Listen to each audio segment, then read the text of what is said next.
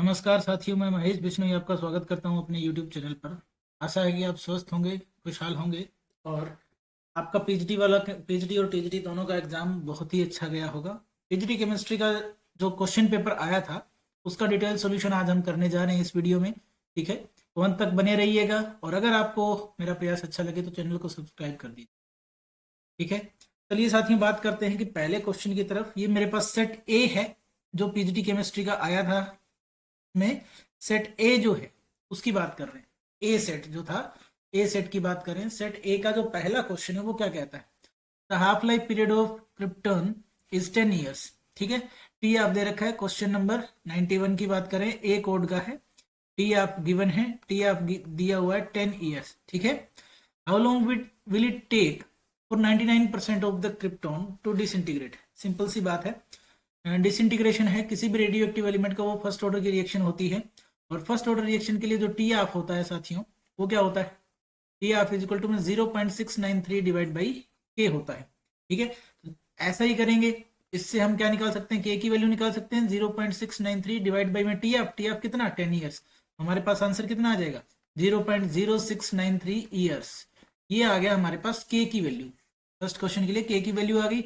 उसके बाद ये हमसे पूछता है कि कितना टाइम लगेगा 99% डिसइंटीग्रेट होने में। तो आपको पता है T इज इक्वल टू में क्या होता है साथियों? T इज इक्वल टू में क्या होता है? फर्स्ट ऑर्डर रिएक्शन के लिए 2.303 डिवाइड बाई में के लोग, और आपको पता है ए नोट, ए अपॉन में ए नोट माइनस एक्स, ए नोट अपॉन में ए नोट माइनस एक्स, यानी इनिशियल कंसेंट्रेशन उसमें से एक्स कितना डिकम्पोज हो गया। तो मैं इसको ऐसे लिख सकता हूँ 2.303 डिवाइड बाई के लोग, और ये 100% में से कितना गया? 99%, यानी 100 माइनस में 99 कर सकता हूँ साथियों। तो इसी को मैं कैसे लिख सकता हूँ? टी इज इक्वल टू में 2.303 डिवाइड बाई में 0.0693, क्योंकि के की वैल्यू हमने ऊपर निकाल ली है। लोग ऊपर आएगा 100 डिवाइड बाई में कितना? नीचे कितना? 100 माइनस 99 कितना? 1। तो इसको आप सोल्व करोगे तो आपके पास आ जाएगा 33.23 इंटू में लोग, और 100 का मतलब होता है 2 log 10 भी आप इसको लिख सकते हो, यानी मैं इसको 10 का स्क्वायर लिख सकता हूँ तो 2 log 10 हो जाएगा। log 10 की वैल्यू 1 होती है 2, आप इसको मल्टीप्लाई कर दो, आपके पास आंसर आ जाएगा 66.4 ईयर्स। ये कौन से ऑप्शन में है? सेकंड ऑप्शन में है। फर्स्ट क्वेश्चन का सेकंड ऑप्शन आपका 66.4 ईयर्स बिल्कुल सही है साथियों। ठीक है, नेक्स्ट क्वेश्चन पे बढ़ते हैं। क्वेश्चन नंबर 92, यानी सेकंड क्वेश्चन जो है केमिस्ट्री के पार्ट का। The most stable carbon ion among the following is. Carbon ion की बात कर रहा है। कार्बन आयन का मतलब क्या है? नेगेटिव चार्ज वाली स्पीसीज, कार्ब एनायंस। नहीं, कार्बन के ऊपर क्या है? नेगेटिव चार्ज है साथियों। मान लो ये है मिथाइल कार्बन आयन, ऐसा मान लेते हैं। ठीक है, कार्बन आयन कोई भी है, उसकी स्टेबिलिटी की जब भी बात करते हैं तो स्टेबिलिटी होती है वो कब इंक्रीज करती है? देखो मैं सीधी सी बात लिखता हूं आपके लिए। Stability of carbon ion, stability of carbon ion increases with electron withdrawing group. अगर इलेक्ट्रॉन विड्रॉइंग ग्रुप अटैच है, कब? कहाँ? एट ऑर्थो और पैरा पोजिशन पे। अगर ऑर्थो और पैरा पोजिशन पे कौन अटैच है? इलेक्ट्रॉन विड्रॉइंग ग्रुप अगर अटैच है, किस वजह से होता है? Due to minus I and minus R effect. कौन से इफेक्ट की वजह से? Minus I and minus R effect की वजह से होता है। तो इनके अंदर ऑर्थो या पैरा पोजिशन में से कौन सा है? देखो यहाँ मिथॉक्सी ग्रुप लगा हुआ है, ऊपर बेंजाइल कार्बन आयन है, उसको अभी हम छोड़ देते हैं। मिथाइल की इलेक्ट्रॉन डोनेटिंग होता है तो ये तो होगा ही नहीं, फर्स्ट भी नहीं होगा। और फिर मिथॉक्सी इलेक्ट्रॉन डोनेटिंग होता है। एक ही ऑप्शन बचता है, ऑप्शन नंबर 3 आपका बिल्कुल करेक्ट आंसर होगा साथियों। ठीक है, इसके लिए ऑप्शन नंबर 3। क्वेश्चन का कितना है? 92 का कौन सा होगा? ऑप्शन नंबर आपका 3 इसका राइट आंसर होगा साथियों। नेक्स्ट जो क्वेश्चन है आपके पास, हाँ ये वाला क्वेश्चन मैंने टीजीटी वाली जो सीरीज करवाई थी उसके अंदर मैंने डिस्कस किया था। +1 क्लास का सोल्ड एग्जाम्पल है साथियों। इसका आंसर सेकंड ही रहने वाला है। जो इंपेरिकल फॉर्मूला, जो मोलिकुलर फॉर्मूला जो होता है वो इस कंपाउंड का C2H4Cl2 ही आएगा। तो सेकंड ऑप्शन इसका बिल्कुल सही रहेगा साथियों। करना क्या होता है? पहले जितना भी मास परसेंट दिया है उसको ग्राम में कन्वर्ट कर लो, फिर उसके नंबर ऑफ मोल्स निकालो। सबके जब नंबर ऑफ मोल्स निकल आए तो जो सबसे छोटा नंबर ऑफ मोल्स होता है उससे बाकी सारों को डिवाइड कर दो, तो एक रेशियो आ जाएगा। वो एक सिंपल होल नंबर रेशियो होता है जो कि आपको इंपेरिकल फॉर्मूला देता है। उससे इंपेरिकल फॉर्मूला मास निकलेगा। गिवन मोलर मास को इंपेरिकल फॉर्मूला मास से डिवाइड करोगे तो एन फैक्टर आएगा। एन फैक्टर को आप इंपेरिकल फॉर्मूला से मल्टीप्लाई कर दो तो आपके पास ये वाला फॉर्मूला आएगा। इस क्वेश्चन का आंसर आपका क्या रहेगा? सेकंड वन वाला इसका राइट आंसर रहेगा साथियों। नेक्स्ट पे बढ़ते हैं। क्वेश्चन नंबर 94 में क्या लिखा हुआ है? क्वेश्चन नंबर 94 में लिखा हुआ है the T half of a reaction is doubled as the initial concentration of the reactant is doubled, what is the order of the reaction? देखो सिंपल सी बात है, मैं आपको बताता हूँ कि जब भी आपको ऐसा दिया हो कि इनिशियल कंसंट्रेशन को डबल करने पर टी हाफ डबल हो जाए, यानी टी हाफ डायरेक्टली प्रोपोर्शनल है, तो टी हाफ का डायरेक्टली प्रोपोर्शनल वाला एक ही रिलेशन होता है, T half directly proportional to initial concentration of reactant, किसके लिए? और किसके लिए होता है ये साथियों बताओ जरा? टी हाफ जो होता है वो किसके लिए होता है? वो जीरो ऑर्डर रिएक्शन के लिए होता है, और zero order reaction, zero order reaction के लिए होता है। क्यों? क्योंकि उसके लिए जो आपके पास टी आपका जो एक्सप्रेशन आता है वो क्या होता है? आर नोट डिवाइड बाई में 2k आता है, ये डायरेक्टली प्रोपोर्शनल होता है। अगर आप इनिशियल कंसेंट्रेशन को डबल करोगे तो टी एफ ऑटोमेटिकली डबल हो जाएगा, ठीक है। तो इसका आंसर आपका आएगा क्या? जीरो ऑर्डर, यानी फोर्थ आपका आंसर रहेगा, ठीक है। 94th क्वेश्चन के लिए फोर्थ वन आपका आंसर रहेगा, जीरो ऑर्डर के रिएक्शन के लिए टी एफ क्या होता है? डायरेक्टली प्रोपोर्शनल होता है, ठीक है। नेक्स्ट बढ़िए साथियों, ठीक है भाई, ये भी एनसीईआरटी का सोल्ड एग्जांपल है, ठीक है। किसके लिए? कोलरूस लॉ, ठीक है। Kohlrausch law of independent migration of ions जो है उसके लिए है, कोलरूस लॉ के लिए है। जब आप डाइल्यूट सॉल्यूशन और कंसंट्रेटेड सॉल्यूशन दोनों से ही क्या निकाल सकते हो? मोलर लिमिटिंग मोलर कंडक्टिविटी निकाल सकते हो, उसके लिए फॉर्मूला है, ठीक है। उसी के लिए ये लॉ है। क्या है आपसे क्वेश्चन में क्या पूछा गया? क्वेश्चन में आपसे पूछा गया है कि लैम्डा एम नोट निकालना है आपको एच ए सी का, ठीक है। एच ए सी का मतलब, ए सी का मतलब यहाँ पर एसीटेट आयन है साथियों, CH3COOH की बात कर रहा है, ठीक है। यानी एच ए सी का मतलब क्या होगा? एसीटेट आयन और H प्लस दोनों मिलकर CH3COH एसिटिक एसिड बना देंगे। वो कैसे मिलेगा? Lambda nought M H plus plus में lambda nought M Cl minus ion. तो ये जब हमारे पास आ जाएगा फाइनल में तो हमारे पास आंसर आएगा। अब कैसे निकालेंगे इसको? इसको हम कैसे निकाल सकते हैं? देखो इसको हम निकाल सकते हैं कि lambda nought H plus plus में lambda nought Cl minus plus में lambda nought AC minus minus में लेमडा नोट Na प्लस कर दें और माइनस में लेमडा नोट Cl माइनस कर दें, तो माइनस प्लस कैंसिल आउट हो जाएंगे और हमारे पास ये एक्सप्रेशन बच जाएगा। तो हम कैसे करेंगे इसको? लेमडा नोट M जो है HSC अगर हमें निकालना है तो हम कैसे करेंगे साथियों? हम क्या करेंगे? लेमडा नोट M HCl लेंगे, ठीक है, प्लस में लेमडा नोट M NaCl ले लेंगे, ठीक है, और उसमें से घटा क्या देंगे? Lambda M note sorry NaAC लेंगे भाई, NaAC लेंगे सेकंड में, और लेमडा नोट NaCl ले लेंगे, उसको घटा देंगे, इन दोनों को जोड़ेंगे, इसको घटा देंगे। दोनों की वैल्यूज हमारे पास गिवन है, कितनी है? वो है 425.9 प्लस में 91 माइनस में कितना करना है? 126.4। हमारे पास आंसर जो आएगा वो आएगा 390.5 Simon centimetre square mole inverse, इसका आंसर आ जाएगा। 390 वाला कौन सा है? ऑप्शन बिल्कुल 3 आपका करेक्ट ऑप्शन रहेगा साथियों। थर्ड ऑप्शन आपका क्या रहेगा इस क्वेश्चन में? करेक्ट रहेगा। ये ए सेट की बात कर रहा हूं भी मैं, आप अपने सेट के अकॉर्डिंग क्वेश्चन देख के मिला लीजिएगा, ठीक है। नेक्स्ट जो क्वेश्चन है वो है 96, arrange the following compounds in order of their decreasing reactivity with an electrophile. अब इलेक्ट्रोफाइल के लिए डिक्रीजिंग रिएक्टिविटी किसकी होती है? मतलब जो सबसे कम रिएक्टिव होता है। इलेक्ट्रोफाइल के लिए जो डिक्रीजिंग रिएक्टिविटी का ऑर्डर होता है साथियों, वो ऑर्डर आपका क्या आएगा? वो आपका इसका आंसर होगा फर्स्ट वाला, यानी फर्स्ट सेकंड और थर्ड, ये वाला ऑर्डर आना चाहिए।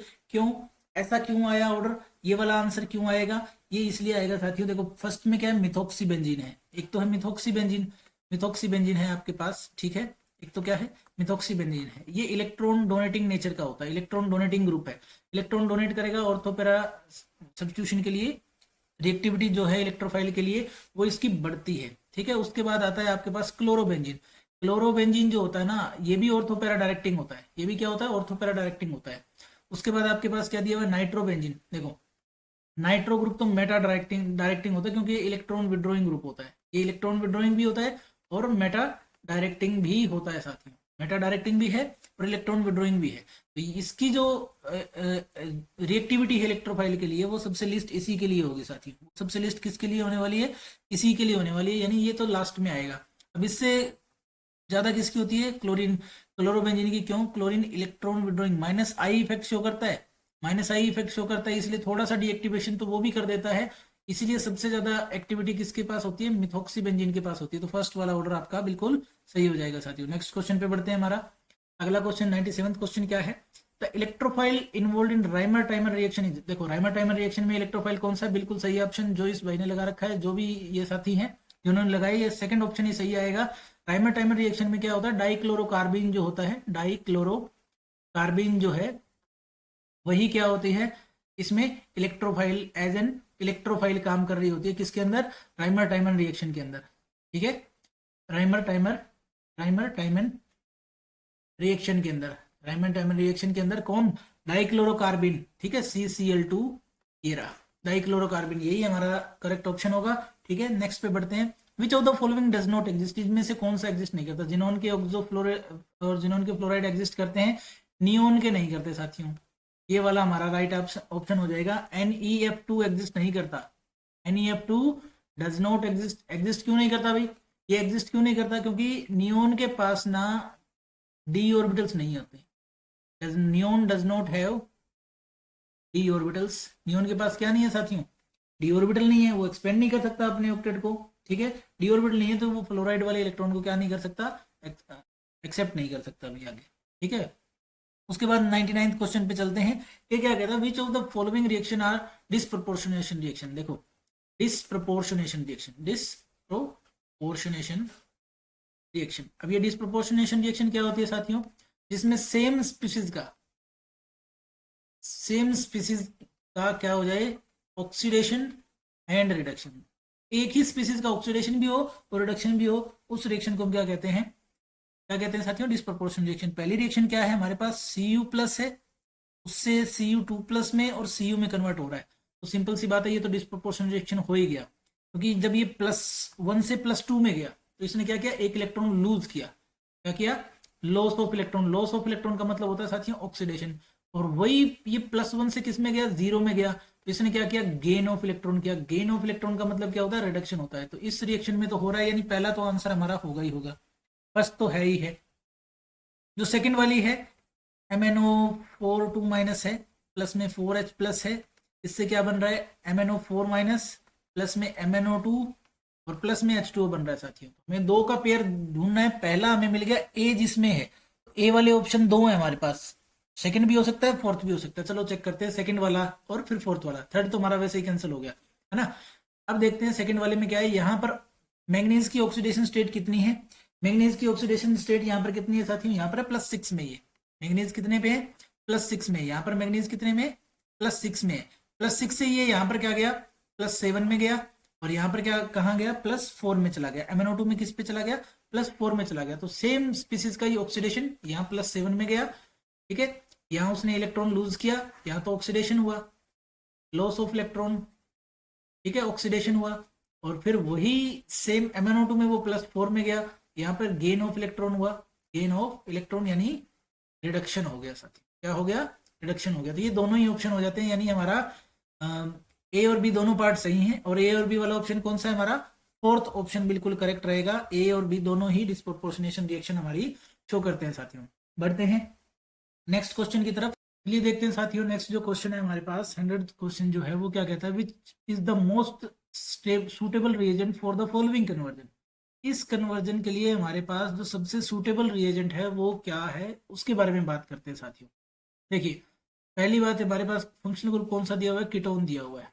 कीटोन को हमें किस में कन्वर्ट करना है, कार्बोक्सिलेट आयड में कन्वर्ट करना है, या कार्बोक्सिलिक एसिड के अंदर अगर हमें कन्वर्ट करना है, कार्बोक्सिलिक एसिड के अंदर हमें कन्वर्ट करना है, और साथ में एक डबल बॉन्ड भी। तो टोलेंस रिएजेंट जो होता है ना, वो इसके काम आता नहीं, क्योंकि कीटोन्स टोलेंस रिएजेंट के थ्रू ऑक्सीडाइज नहीं होते। बेंजोइल पेरोक्साइड जो होता है वो क्या कर देता है, बेंजोइल पेरोक्साइड जो होता है, बेंजोइल पेरोक्साइड जो है, बेंजोइल पेरोक्साइड जो है वो क्या करता है साथियों, वो इपोक्सीडेशन भी करवा सकता है, इपोक्सीडेशन भी हो जाएगा उसमें, एंड एस्टर फॉर्मेशन भी हो सकता है। एस्टर फॉर्मेशन भी हो सकता है, और हमें चाहिए क्या, हमें तो ये चाहिए, इसलिए ये वाला भी हम प्रेफर करेंगे नहीं। SNNH भी नहीं होता। थर्ड ऑप्शन हमारा क्या हो जाएगा इसके अंदर, बिल्कुल ही करेक्ट आंसर हमारा हो जाएगा साथी। नेक्स्ट क्वेश्चन की तरफ बढ़ते हैं। कहता है क्लोरीन से Cl2 से बन रहा है 2Cl, और आपसे ΔH एंड ΔS का साइन पूछ रहा है साथियों। तो सीधी सी बात है साथियों, ΔH जो है इसका वो क्या होता है, पॉजिटिव रहेगा, और ΔS भी इसका क्या रहेगा, पॉजिटिव रहेगा। कैसे रहेगा पॉजिटिव, यानी बोथ आर पॉजिटिव, यानी सेकंड ऑप्शन इसका क्या रहेगा, बिल्कुल करेक्ट रहेगा साथियों। ऐसा कैसे, क्लोरीन का मोलिक्यूल टूटा है दो क्लोरीन एटम में। जब दो क्लोरीन एटम में टूटेगा, पहली बात तो बॉन्ड यहाँ पर क्या हो रहा है, डिसोसिएट हो रहा है। बॉन्ड यहाँ पर क्या हो रहा है, डिसोसिएट हो रहा है, उसके लिए एनर्जी देनी पड़ती है, सीधी सी बात है, एनर्जी कंज्यूम होगी, डेल्टा एच पॉजिटिव लगेगा। दूसरी बात, दो मॉलिक्यूल प्रोड्यूस हो रहे हैं, रेंडमनेस बढ़ेगी, क्या बढ़ेगी, रेंडमनेस इंक्रीज होती है, इसीलिए उसमें एंट्रोपी भी क्या हो जाएगी, इंक्रीज हो जाएगी, डेल्टा एच भी पॉजिटिव आएगा। नेक्स्ट जो है आपके पास 102, ये क्वेश्चन क्या कहता है साथियों, देखो आर्गन जो है उसके पास 18 इलेक्ट्रॉन ऑलरेडी होते हैं और साथ में क्या है 3d5 इलेक्ट्रॉनिक कॉन्फ़िगरेशन, ये किसकी है, एक x3 प्लस आयन की है। अब 3 प्लस आयन का मतलब उसके पास पहले ही 23 इलेक्ट्रॉन है, 3 प्लस का मतलब उसके पास 3 और होने चाहिए 26, यानी उसका एटॉमिक नंबर क्या रहेगा साथियों, 26 रहने वाला है हमारे पास उसका एटॉमिक नंबर, ये वाला उसका क्या रहने वाला है, करेक्ट ऑप्शन रहने वाला है साथियों। All the molecules of ethanoic acid associates in benzene, अगर मॉलिक्यूल के जो एथेनोइक एसिड होता है यानी CH3COOH, ठीक है, इसके मान लो n नंबर ऑफ मॉलिक्यूल है ना, तो वो डाइमराइज हो जाते हैं, वो क्या बना लेते हैं, CH3COH का डाइमर बना लेते हैं, क्या बना लेते हैं, यहाँ पर डाइमराइजेशन हो जाता है, डाइमराइजेशन, डाइमराइजेशन हो जाता है, इसका मतलब आप एसोसिएशन का केस समझ सकते हैं, वेंट ऑफ फैक्टर से रिलेटेड है, सीधी सी बात है। तो जब भी एसोसिएशन होता है तो आपका जो डेल्टा टीबी की वैल्यू होगी वो क्या हो जाएगी, हाफ हो जाएगी टू दी नॉर्मल वैल्यू, ठीक है, क्योंकि इसके अंदर क्या हो गया, मॉलिक्यूल डाइमराइज हो गए थे, तो आपके पास 100 बने कितने, 50 ही, तो डेल्टा टीबी की वैल्यू क्या हो जाएगी, हाफ हो जाएगी, delta TB of ethanoic acid half of the normal value, यानी सेकंड वाला जो ऑप्शन है आपका वो इसमें बिल्कुल करेक्ट रहेगा, हाफ हो जाएगी, ठीक है। उसके बाद बढ़ते हैं नेक्स्ट क्वेश्चन की तरफ, 104 नंबर क्वेश्चन क्या कहता है साथियों, arrange the following in the decreasing order of their boiling point, boiling point के डिक्रीजिंग ऑर्डर में आपको इनको अरेंज करना है साथियों, तो इसका ऑप्शन जो करेक्ट है वो फोर्थ ऑप्शन ही करेक्ट है, CBDA वाला ऑप्शन ही करेक्ट है।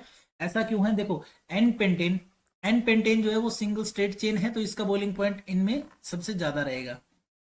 उसके बाद ये क्या कहता है, उसके बाद आएगा आपका 2 मिथाइल ब्यूटेन, अब 2 मिथाइल ब्यूटेन जो यहाँ स्ट्रक्चर ड्रॉ कर रखी है बिल्कुल सही है, 2 मिथाइल ब्यूटेन जो है ना, अब जैसे ही ब्रांचिंग आने लगती है, क्या आने लगती है, ब्रांचिंग आने लगती है, तो आपको पता है ब्रांचिंग के साथ क्या होता है, बॉइलिंग पॉइंट डिक्रीज करता है, तो उसके बाद क्या आ जाएगा, 2 मिथाइल ब्यूटेन आ जाएगा साथियों।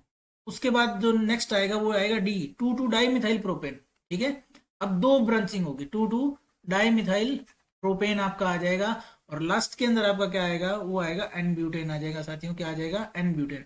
क्यों, सीधी सी बात है भाई, एन ब्यूटेन क्यों आया लास्ट में, क्योंकि इसमें नंबर ऑफ कार्बन एटम कितने हैं, 4 ही, ठीक है, जैसे जैसे नंबर ऑफ कार्बन एटम बढ़ते हैं, वैन फोर्स ऑफ अट्रैक्शन बढ़ते हैं, तो सीधी सी बात है उनके अंदर क्या होता है, बॉइलिंग पॉइंट भी बढ़ जाता है, तो ये बॉइलिंग पॉइंट वाला ऑर्डर है किसका, बॉइलिंग पॉइंट का, बॉइलिंग पॉइंट है, सारे के सारे हाइड्रोकार्बन है, तो सीधा सा आंसर था हमारा फोर्थ ऑप्शन, ठीक है। आगे बढ़ते हैं साथियों नेक्स्ट क्वेश्चन की तरफ, 105वां क्वेश्चन क्या कहता है, the correct order of base strength among the following, देखो नाइट्रोजन फैमिली के बेस हैं, ठीक है, नाइट्रोजन फैमिली के बेस हैं, बिल्कुल करेक्ट ऑप्शन लगाया जिसने भी लगाया, ये जिसका भी पेपर है, ठीक है, फर्स्ट ऑप्शन ही आएगा, क्यों, देखो नाइट्रोजन फैमिली के बेस है, NH3 है, फिर PH3 है, उसके बाद ASH3 है, और उसके बाद SbH3 है, और लास्ट में BiH3 है, बिस्मथ हाइड्राइड, ठीक है, हाइड्राइड है ये नाइट्रोजन फैमिली के, सीधी सी बात है।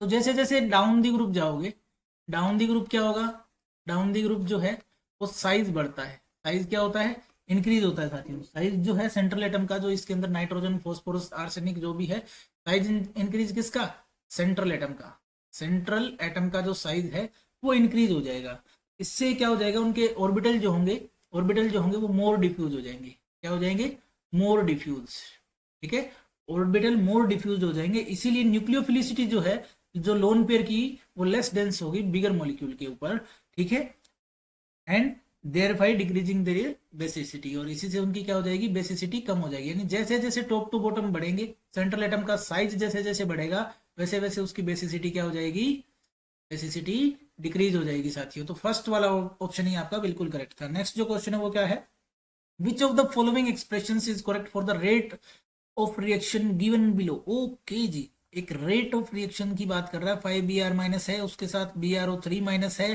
प्लस में 6H प्लस है, उससे 3Br2 बन रहा है, और प्लस में आपका क्या है 3H2 है साथियों, ठीक है। तो आप देखिए रेट ला क्या कहता है, रेट ला के अकॉर्डिंग हम क्या लिख सकते हैं, माइनस का 1/5 change in concentration of Br minus divide by change in time, minus में change in concentration of BrO3 minus divide by में चेंज इन टाइम, ठीक है, माइनस में इज इक्वल टू माइनस का 1/6 change in concentration of H plus ion divided by delta T, which is equal to 1/3 change in concentration of Br2 divided by delta T, which is equal to 1/3 delta H2O divide by delta T. ठीक है, तो ये है आपका रेटला, जिसमें आप इसको लिख सकते हो। आप इसको ऐसे भी लिख सकते हो, इसी रेटला को आप क्या लिख सकते हो, delta B R minus divide by delta T is equal to में delta B R O three minus divide by delta T. ठीक है, विच इज इक्वल टू में माइनस में 5/6 डेल्टा एच प्लस अपॉन में डेल्टा टी।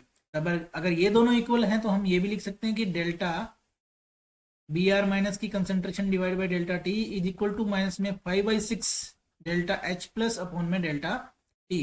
तो ये वाला जो ऑप्शन जिसमें आ रहा है वही आपका करेक्ट ऑप्शन है। किसमें आ रहा है अभी, delta B R minus by delta T 5/6 कौन सा है, थर्ड ऑप्शन है हमारे पास। थर्ड ऑप्शन हमारा क्या हो जाएगा साथियों, बिल्कुल करेक्ट ऑप्शन हो जाएगा। नेक्स्ट पे बढ़ते हैं, आगे चलते हैं। नेक्स्ट क्वेश्चन क्या कहता है, ये कहता है फॉर हाइपोथेटिकल रिवर्सिबल रिएक्शन। ये एक हाइपोथेटिकल रिवर्सिबल रिएक्शन है। ठीक है, क्वेश्चन नंबर 107 की बात कर रहा हूँ, ये वाला क्वेश्चन है, हाइपोथेटिकल रिवर्सिबल रिएक्शन की बात कर रहा है। इसने डेल्टा एच की वैल्यू दे रखी है साथियों। ठीक है, क्या दे रखा है, डेल्टा एच की वैल्यू क्या है, रिएक्शन क्या है हमारे पास, 1/2 A2 प्लस में 3/2 Br2, इससे बन क्या रहा है, AB3 बन रहा है। ठीक है, सब कुछ गैसियस है, कोई दिक्कत नहीं है भाई। और डेल्टा एच की वैल्यू जो दे रखी है वो है -20 किलो जूल दे रखी है साथियों। ठीक है, उसके बाद ये कहता है स्टैंडर्ड एंथैल्पी जो है A2 B2 AB3 एंड वो कितनी है, वो स्टैंडर्ड एंथैल्पी दे रखी है। कहने का क्या दे रखी है, अच्छा हाँ, एंट्रोपीज दे रखी है भाई। डेल्टा एस A2 की कितनी दे रखी है, 60 जूल पर केल्विन पर मोल। और डेल्टा एस किसकी, Br2 की या B2 की जो दे रखी है वो कितनी है, अच्छा वहां Br2 लिखा हुआ है और यहाँ B2 लिखा हुआ है। चलो कोई बात नहीं, इसको B2 मान लेना भाई, मिस प्रिंटिंग हो सकती है। ठीक है, तो SB2 है, उसकी जो एंट्रोपी दे रखी है वो कितनी है, वो है आपके पास 40 जूल पर केल्विन पर मोल। और साथ में डेल्टा एस AB3 जो है उसकी दे रखी है वो है आपके पास 50 जूल पर केल्विन पर मोल। ठीक है, ये यानी एंट्रोपी चेंज दे रखा है उनका। The above reaction will be at equilibrium at temperature, यानी हमें वो टेम्परेचर फाइंड आउट करना है जिसके ऊपर ये इक्विलिब्रियम पे रहेगी। सबसे पहले तो कंप्लीट एंट्रोपी चेंज निकालना होगा इसका। उसके लिए आपको क्या करना है, summation CI delta S of product minus में summation CI delta S of reactant, यानी प्रोडक्ट वाले में से रिएक्टेंट का घटा देना है समेशन पूरा। तो ऐसा करोगे तो प्रोडक्ट के कौन सा है अभी, AB3 वाला है, उसकी कितनी है 50 जूल पर केल्विन पर मोल, उसमें से घटाना क्या है 60, लेकिन कितना 3/2 60, 3/2 इंटू में सॉरी मैं दोबारा कर देता हूँ इसको, थोड़ा सा इरेज कर देता हूँ पहले, गड़बड़ हो जाएगा नहीं तो समझ नहीं पाओ। ठीक है, तो बढ़ते हैं भाई, क्या कह रहा है कि A2 जो है वो क्या है, इंटू में 1/2 इंटू में कितना, A2 की कितनी दी हुई 60 प्लस में ये कितना है 3/2 इंटू में कितना दिया हुआ है भाई, इसके लिए 40 दिया हुआ है साथियों। ठीक है, तो 40 कर लेते हैं। इसको जब सोल्व करोगे तो आंसर आपके पास क्या आएगा, 50 माइनस में 90, आंसर कितना आएगा आपके पास माइनस का 40 जूल पर केल्विन पर मोल। ये आपके पास डेल्टा एस की वैल्यू आ गई। ये क्या आई आपके पास, चेंज इन एंट्रोपी की वैल्यू आ गई, टोटल जो एंट्रोपी चेंज है वो आ गया। अब आपको पता है कि डेल्टा जी क्या होता है, डेल्टा एच माइनस में टी डेल्टा एस होता है सर, लेकिन इक्विलिब्रियम पे एट इक्विलिब्रियम पे आपको पता है कि डेल्टा जी की वैल्यू क्या होती है, 0 होती है। वहां हम क्या लिख सकते हैं, delta H is equal to में टी डेल्टा एस लिख सकते हैं साथियों। तो यहीं से टेम्परेचर का रिलेशन आ जाता है, टेम्परेचर इज इक्वल टू में क्या हो जाएगा, delta H divide by delta S. तो डेल्टा एच की वैल्यू गिवन है हमें कितनी, माइनस का 20 डिवाइड बाई माइनस का 40, कितना आ जाएगा 1/2 यानी 0.5। अब हमें ये तो पता है, लेकिन ऊपर क्या दे रखा है, ये 20 किलो जूल में है और ये जूल में है, तो इसके साथ ऊपर हम क्या कर देंगे, माइनस का 20 इंटू में 1000, इसको जूल में कन्वर्ट करने के लिए 1000 का से मल्टीप्लाई कर देंगे 2, ये आ जाएगा आपका 500 केल्विन टेम्परेचर आंसर। 500 वाला जिसका भी है वो बिल्कुल सही करेक्ट आंसर है, फर्स्ट ऑप्शन आपका बिल्कुल करेक्ट हो जाएगा। नेक्स्ट बढ़ते हैं आगे साथियों, question number 108, number of coulombs required to oxidise 1 mole H2O। ठीक है भाई, 108वां क्वेश्चन, कितने number of moles of coulomb required है। ठीक है, तो ऑप्शन आपका ए सही रहेगा। इसमें कैसे आएगा बता देता हूं आपको। ठीक है, आपको पता है कि आपको ऑक्सीडाइज किसको करना है, H2O को, या तो आप हाफ O2 में ऑक्सीडाइज कर सकते हो, या आपके पास ये ऑप्शन होता है कि आप ये लिख सकते हो H2O से 2H प्लस प्लस में O प्लस में 2 इलेक्ट्रॉन निकल रहे होते हैं। तो आपको ये पता चल गया कि यहाँ से कि एन फैक्टर जो है इस रिएक्शन के लिए वो कितना आने वाला है, वो 2 आने वाला है साथियों। इसका मतलब आपको 2 मोल इलेक्ट्रिसिटी चाहिए 1 मोल वाटर को कन्वर्ट करने के लिए, यानी oxidation of 1 mole of water के लिए 2 मोल इलेक्ट्रिसिटी चाहिए। तो 2 मोल इलेक्ट्रिसिटी का मतलब चार्ज कितना चाहिए होगा आपको, चार्ज होगा 2 इंटू में 96500, ठीक है, कोलम, इतना चार्ज चाहिए होगा। तो उसकी वैल्यू कितनी आएगी, 1.93 इंटू में 10⁵ कोलम आएगी। ये आपका आंसर हो जाएगा, फर्स्ट नंबर आपका आंसर। ये क्या है, when the electrolysis of silver sulphate, यानी 109 नंबर। क्या बात है, न्यूमेरिकल पे न्यूमेरिकल दिए जा रहा है भाई, ठीक है। तो इसके बारे में बात करते हैं। ये क्या कहता है, इलेक्ट्रोलिसिस किसका, सिल्वर सल्फेट का, उसको कैरिड आउट किया तो प्लेटिनम इलेक्ट्रोड्स के साथ, तो 1.6 ग्राम 1.6 gram oxygen was liberated at anode. Anode पे क्या निकला, ऑक्सीजन निकला। Amount of silver deposited at cathode will be, यानी सिल्वर का अमाउंट पूछा है। तो इसके लिए आपको करना क्या है साथियों, सीधा सा आपका रिलेशन है यहाँ पर, mass of oxygen divide by mass of silver, ठीक है। आप सेकंड लॉ को याद करिए फैराडे का इलेक्ट्रोलिसिस का, और वो किसके इक्वल होगा, equivalent weight of oxygen divide by में इक्विवेलेंट वेट ऑफ सिल्वर, ठीक है। अब आपको पता है कि ये कितना था, ये मास गिवन है हमारे पास 1.6 ग्राम, ये मास हमारे पास निकालना है। मास ऑफ सिल्वर कितना डिपॉजिट हुआ, इक्वल टू में क्या आएगा, अब इक्विवेलेंट वेट कितना होता है भाई ऑक्सीजन का, ऑक्सीजन का इक्विवेलेंट वेट निकालना है तो 108 इंटू में क्या कर देना है हमें, सॉरी 8 डिवाइड बाई में 108, ठीक है। सिल्वर का इक्विवेलेंट वेट कितना होता है, 108 होता है। अगर मास की वैल्यू चाहिए हमें तो कितना करना पड़ेगा भाई, 1.6 इंटू में 108 डिवाइड बाई में 8 करना है। तो इसका जो आंसर आएगा वो आएगा 21.6 ग्राम। तो 21.6 ग्राम हमारा कहाँ है, फर्स्ट ऑप्शन है। फर्स्ट ऑप्शन आपका क्या रहेगा साथियों, बिल्कुल इसमें करेक्ट आंसर रहने वाला है। नेक्स्ट पे बढ़ते हैं। क्वेश्चन नंबर 110 क्या कहता है, 110 नंबर क्वेश्चन क्या कहता है, which of the following groups is not a Meta directing group in benzene. देखो इनमें से कौन सा मेटा डायरेक्टिंग नहीं है, तो सीधी सी बात है, sulphonic acid group Meta directing होता है तो ये आपका आंसर नहीं हो सकता। COR ग्रुप भी मेटा डायरेक्टिंग होता है, ये आंसर नहीं हो सकता। Carboxylic acid, substituted carboxylic acid भी आपका आंसर नहीं हो सकता। सब्स्टिट्यूटेड नाइट्रोजन वाले ग्रुप यानी अमाइन ग्रुप, सब्स्टिट्यूटेड अमाइन जो भी है, ये तो अमाइड है NHCOCH3, एसिटामाइड ग्रुप, एसिटाइलाइड ग्रुप है, ये वाला आपका क्या नहीं होता, मेटा डायरेक्टिंग नहीं होता। ये मेटा डायरेक्टिंग नहीं होता, इसने नहीं पूछा है, नोट ए मेटा डायरेक्टिंग पूछा है, तो आपका ऑप्शन क्या रहेगा, यही वाला रहेगा साथी। उसके आगे बढ़ते हैं।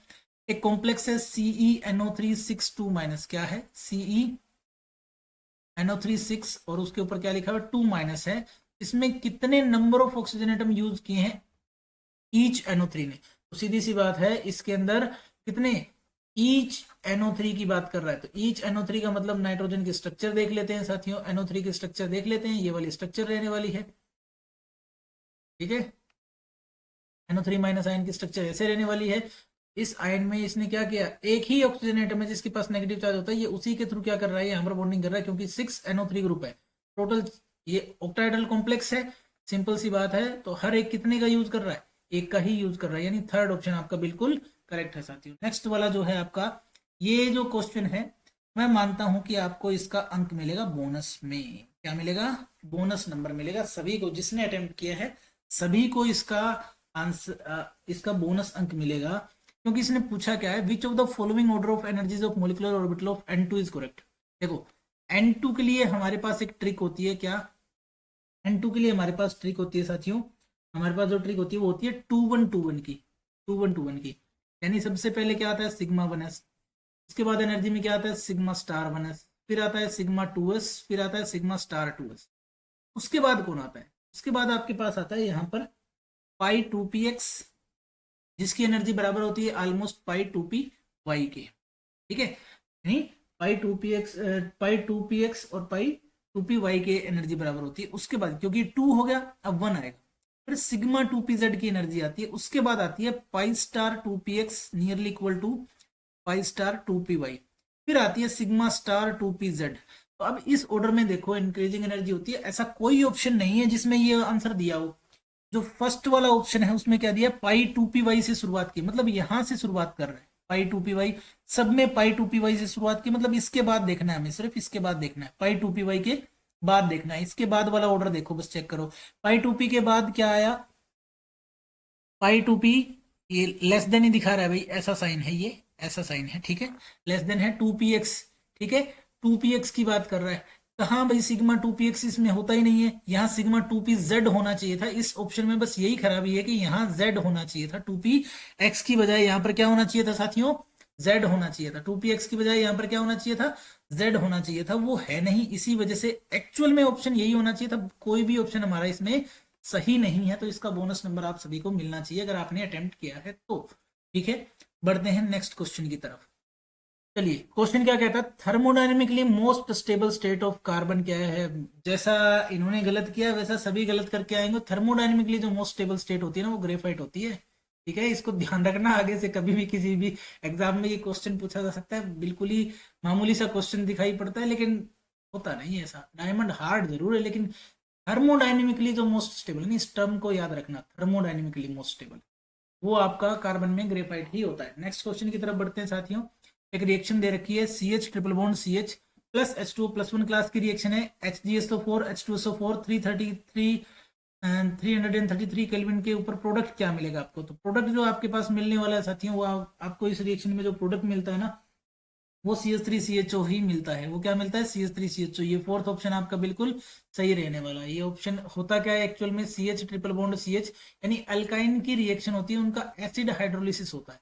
क्या होता है, एसिड हाइड्रोलिसिस। HgSO4 और साथ में क्या होता है, H2SO4 की प्रेजेंस में 333 केल्विन के ऊपर ये रिएक्शन होती है। इसमें बनता क्या, एक्चुअल में सीधा नहीं बनता है कभी भी प्रोडक्ट। इसमें पहले एक अल्कोहल बनता है, एल्किन के साथ अल्कोहल बनता है, जिसका आइसोमेराइजेशन या फिर हम कह सकते हैं कि टोटोमेराइजेशन हो जाता है। आइसोमेराइजेशन या फिर आप टोटोमेराइजेशन भी कह सकते हो। ठीक है, और ये किस में कन्वर्ट हो जाएगा, CH3CHO में। तो ये आपका फाइनल प्रोडक्ट होता है। इस रिएक्शन के अंदर फाइनल प्रोडक्ट आइसोमेराइजेशन के बाद मिलता है, इसलिए ऑप्शन क्या हो जाएगा हमारा, फोर्थ वन इसमें करेक्ट हो जाएगा। नेक्स्ट पूछता है number of radial node for 4p orbital. देखो भाई, रेडियल नोड कैसे निकालते हैं। रेडियल नोड निकालने का सीधा सा फॉर्मूला होता है साथियों, n-l-1 वाला फॉर्मूला। ठीक है, n आपका प्रिंसिपल क्वांटम नंबर। अब किसके लिए पूछा है, 4p के लिए पूछा है। तो 4p के लिए n की वैल्यू 4 हुई, और l की वैल्यू क्या होती है, 0 किसके लिए होती है, s के लिए। l की वैल्यू 1 किसके लिए होती है, p के लिए। ठीक है, ठीक है, इसका मतलब यहाँ पर l की वैल्यू क्या होगी, 2 होगी। ठीक है, l की वैल्यू सॉरी 1 होगी। ठीक है, 1 होगी भाई, सॉरी 1 होगी। तो हम फॉर्मूले में पुट कर देते हैं n-l-1। इसका मतलब क्या हो गया, 4-1-1, इसका मतलब 2 हमारा आंसर हो जाएगा। 2 रेडियल नोड होते हैं भाई 4p के अंदर। ये दूसरा ऑप्शन बिल्कुल करेक्ट किया है जिसने भी किया है ये। ठीक है, बहुत ही अच्छे से। नेक्स्ट क्वेश्चन की तरफ बढ़ते हैं। 116वां क्वेश्चन है, वो क्या कहता है, the correct order of first ionisation enthalpy among the following is. देखो भाई, जब भी आयनाइजेशन एंथैल्पी का केस आता है, आप लोग है ना गड़बड़ कर जाते हैं। ठीक है, आयनाइजेशन एंथैल्पी का जो केस होता है ना, जब भी आप लोग है ना गड़बड़ कर जाते हैं। गड़बड़ कैसे कर जाते हैं मैं आपको बताता हूँ। जब भी आयनाइजेशन एंथैल्पी का केस आता है, तो आप लोगों को लगता है कि जो नॉर्मल ऑर्डर होता है वही करेक्ट होता है। ऐसा नहीं। एग्जामिनर पागल नहीं है, वो आपसे पूछता है एक्सेप्शनल बिहेवियर।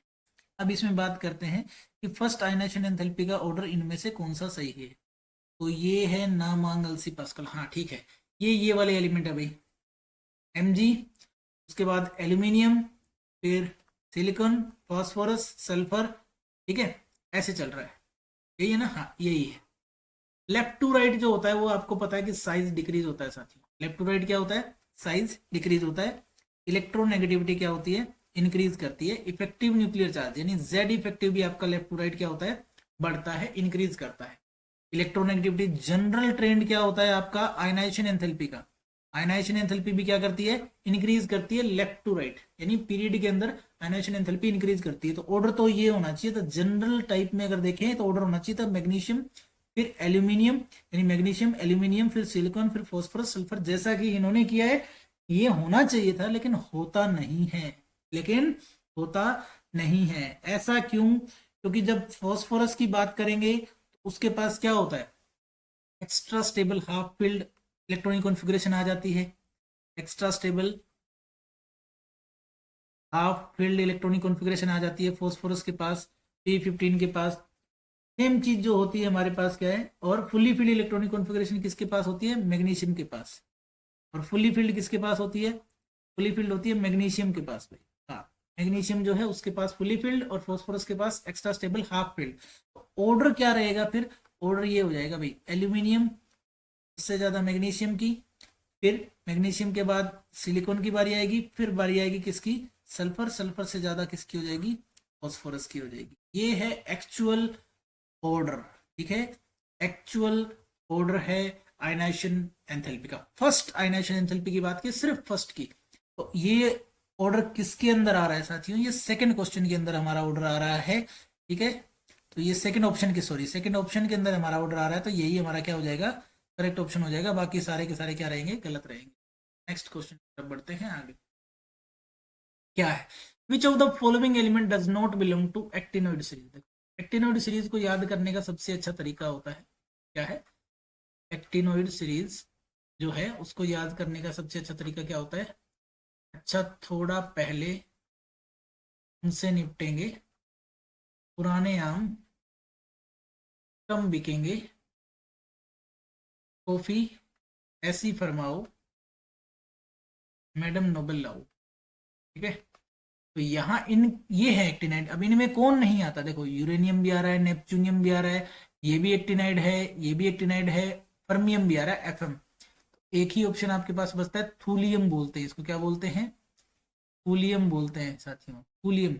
थूलियम जो है इसका एटॉमिक नंबर कितना होता है, 69 एटॉमिक नंबर होता है। ये किस सीरीज का है, लेंथेनाइड का है, इसका है लेंथेनाइड है, यानी थ्यूलियम आपका यहाँ पर क्या हो जाएगा, करेक्ट ऑप्शन, क्योंकि उसने पूछा कौन सा एक्टिनोइड में नहीं है, कौन सा इनको बिलोंग, डज नॉट बिलोंग, इसका आंसर आपका थ्यूलियम हो जाएगा। An aqueous solution of borax is alkaline होता है भाई, बोरेक्स का एक्वस सॉल्यूशन क्या होता है, एल्केलाइन होता है। ऐसा क्यों होता है कि वो एल्केलाइन है, क्योंकि बोरेक्स जो है, बोरेक्स जो है, borax borax is a salt of weak boric acid, ठीक है। इसके अंदर क्या हो, ये किसका सोल्ट होता है, weak boric acid and strong sodium hydroxide base, strong sodium hydroxide base, sodium hydroxide base, इन दोनों का क्या होता है, ये सोल्ट होता है, तो इसलिए इसका नेचर क्या होता है, अल्कलाइन। अब चूंकि जैसे ही ये वाटर के अंदर डिजोल्व होता है, तो ये हाइड्रोक्सिल आयन प्रोड्यूस करता है, बोरेक्स जैसे ही वाटर के अंदर डिजोल्व होता है, ये क्या करता है, हाइड्रोक्सिल आयन प्रोड्यूस करता है और सोल्यूशन को क्या बना देता है, बेसिक। इसलिए एक्वस सोल्यूशन की बात की, एक्वस सोल्यूशन जब भी बोरेक्स का पूछा जाए तो वो क्या होता है, अल्कलाइन होता है साथियों।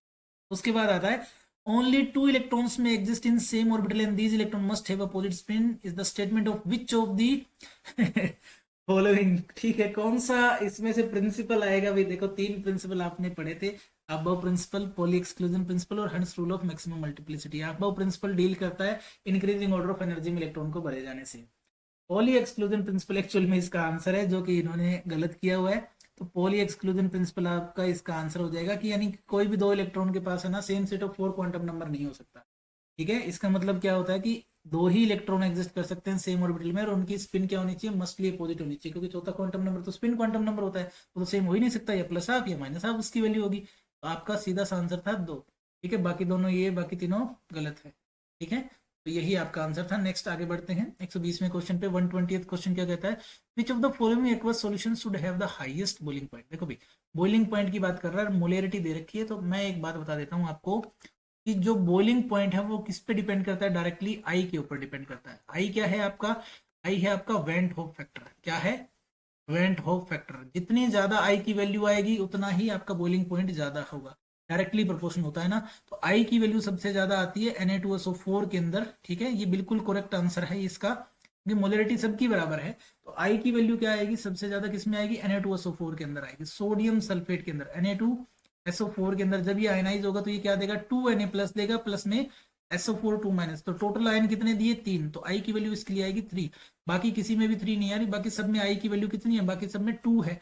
इसका मतलब 3 वाला ऑप्शन हमारा सही हो जाएगा। सेकंड ऑप्शन जो है 1 मोलर Na2SO4 जो है वो हमारा करेक्ट ऑप्शन इसमें हो जाएगा। 121वां क्वेश्चन क्या कहता है, from the kinetic theory of gases. ये भी बीएससी का क्वेश्चन है, पहले बता रहा हूँ, बीएससी में से आया है, ठीक है। Kinetic theory of gases, the number of bimolecular collisions, collision theory से collisions per second per unit volume among molecules of one species is given by, किससे दिया जाता है। ये पहला ऑप्शन जो है ना बिल्कुल करेक्ट है। ये आता है Z = 2 pi square sigma square into में 8 पाई KT अपॉन में म्यू का अंडर रूट होता है, उसको 1/2 भी लिखा जा सकता है। तो फर्स्ट ऑप्शन आपका बिल्कुल करेक्ट है, ठीक है। फर्स्ट ऑप्शन आपका बिल्कुल क्या है, करेक्ट है। ये आपको पूरी शर्मा पठानिया वाली बुक में बिल्कुल एग्जैक्ट स्टेटमेंट मिल जाएगी, वहीं से उठाइए, डायरेक्ट स्टेटमेंट उठाइए पूरी शर्मा पठानिया से, ठीक है। याद रखना भाई इसको। नेक्स्ट जो है वो। और दूसरा ये एक और भी चीज खास बात, ये आरपीएससी में पूछा जा सकता है, पूछा जा चुका है। आरपीएससी में 2018 में पूछा गया था ये क्वेश्चन। राजस्थान का जो फर्स्ट ग्रेड का एग्जाम होता है ना पीजीटी केमिस्ट्री का, उसमें 2018 में क्वेश्चन ऑलरेडी पूछा जा चुका है। ये वाली रिएक्शन क्या है नेक्स्ट क्वेश्चन में, ArN2 plus Cl minus CuHCl। तो ये सीधी सी बात है भाई, गटरमैन रिएक्शन होती है, आपको ये आंसर आना चाहिए था। ठीक है, डाइजोनियम सोल्ट से डायरेक्ट क्वेश्चन है। ठीक है, CuHCl ले लिया तो गटरमैन। और अगर यहाँ पर क्या लिया होता मैंने, अगर ये तो कॉपर पाउडर HCl है ना, अगर मैं यहाँ पे क्या ले लेता, Cu2Cl2 ले लेता, यानी Cu2X2 ले लेता, तो क्यूप्रस सोल्ट ले लेता अगर, तब क्या होता, सेंडमेयर रिएक्शन हो जाती। अदरवाइज ये क्या है, ये गेटरमैन रिएक्शन है साथियों। ठीक है, तो ये हमारा सेकंड ऑप्शन इसका आंसर हो जाएगा। नेक्स्ट पे बढ़ते हैं। अगला क्वेश्चन क्या कहता है, the crystal field stabilisation energy in terms of delta O for D6।